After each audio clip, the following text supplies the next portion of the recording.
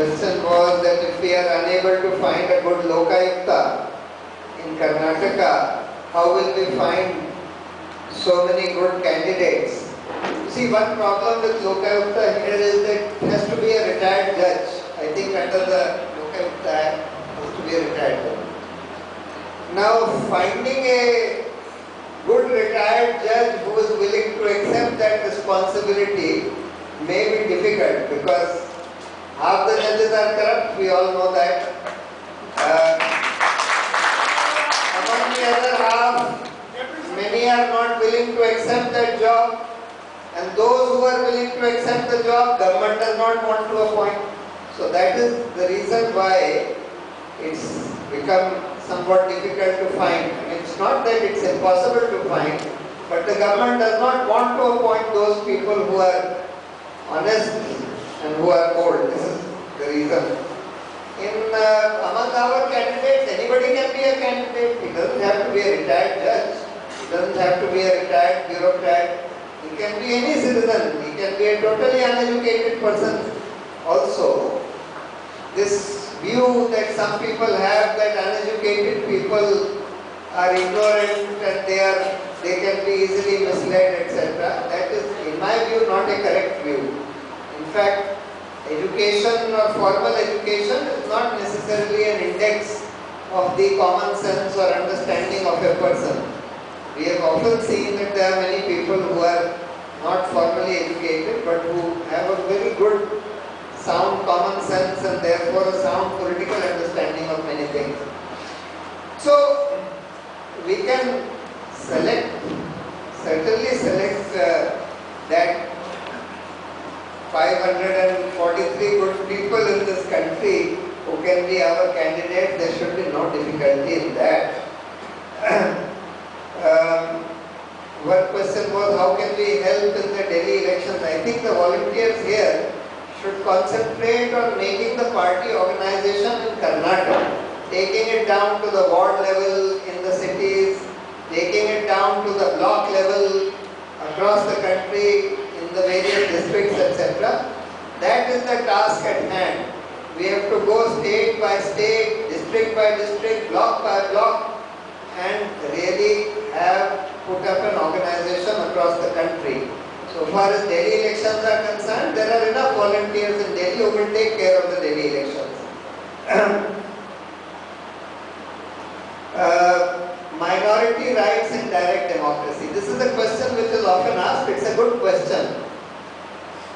See, we are not saying that in direct democracy the Gram Sabha can take any decision even if it violates minority rights. If a decision violates minority rights are protected by the Constitution. They cannot be violated even if the Gram Sabha takes, even if Parliament passes a law which goes against the Constitution, it is struck down. Gram Sabha similarly cannot violate any law, cannot violate any principle of the Constitution, etc.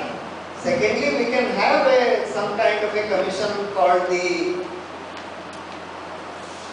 it can be called the Commission to Protect Minority Rights or whatever, which would be tasked with this duty to ensure that Gram Sabhas or such bodies which are working on the principle of direct democracy, they are not able to implement any decision which violates minority rights.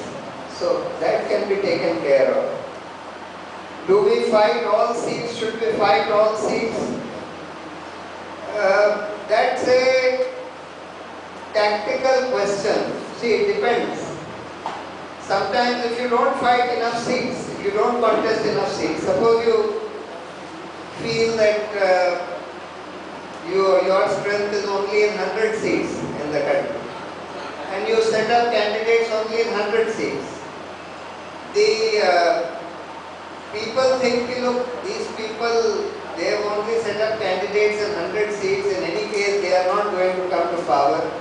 The contest is really between the Congress and BJP, etc. And therefore, they don't vote for you. Sometimes you can underestimate your It happened in 1977. Janata Party was not expecting that they will sweep every seat in 9 states. They won all the seats in those 9 states. Because there was such a wave. If at that time they had suffered from a failure of nerve and they had set up candidates only in half the seats, they would not have got a majority. So, you have to make a judgment call. We'll make that judgment call, but normally if things go well, then we will set up candidates in as many seats as we have any strength. If we don't have any strength anywhere in some place, don't have any presence of our party organization there, then we don't need to set up a candidate there, but otherwise by and large. Hit and run.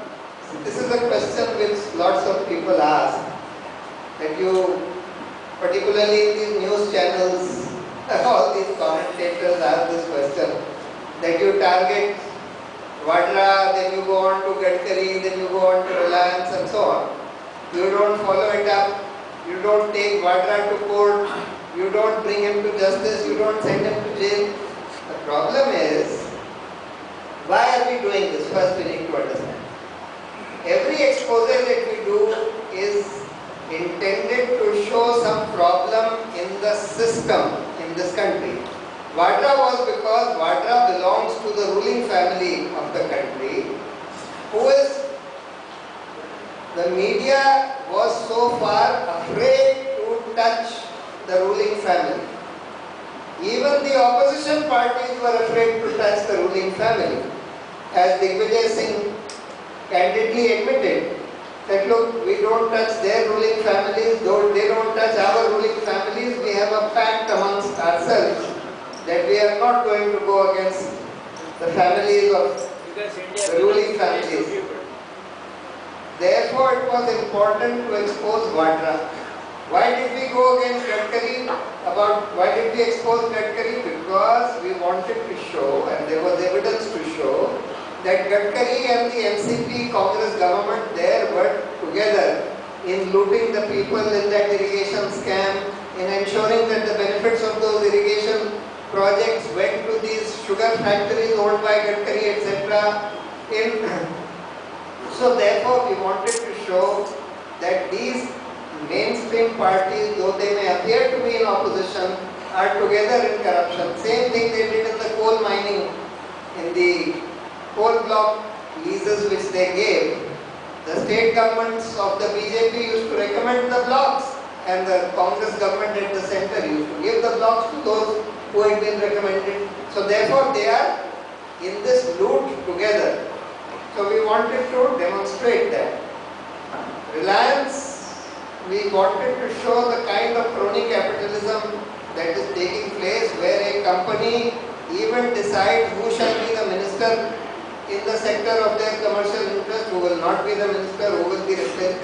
So therefore, it was important to show that, to expose that to the people of this country. Similarly, this black money, we wanted to show how this is an organized racket in which even these foreign banks are involved in a very organized way, that large corporations and their owners are beneficiaries of this, and the government does nothing about this. They know full well what is going on. Despite that, because the government also encourages this kind of hawala dealing, etc., therefore nothing is being done. It is important to expose all this before the people of this country, so that the people know what is really happening in this country.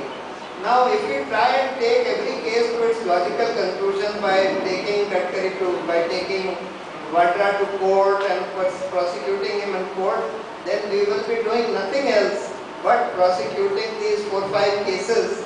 We will be spending all our time and energy, because we know that in this system, in the present system of law enforcement, corruption investigation, judiciary, etc., it firstly takes several years to even get a case investigated. You have to go on pursuing it doggedly for many years. I pursued this Bhushan case for 15 years. Eventually even I got tired and exhausted, and I left it, and then they closed everything there. 3 times the High Court gave dishonest judgment, 3 times we got it reversed from the Supreme Court. Eventually I got exhausted.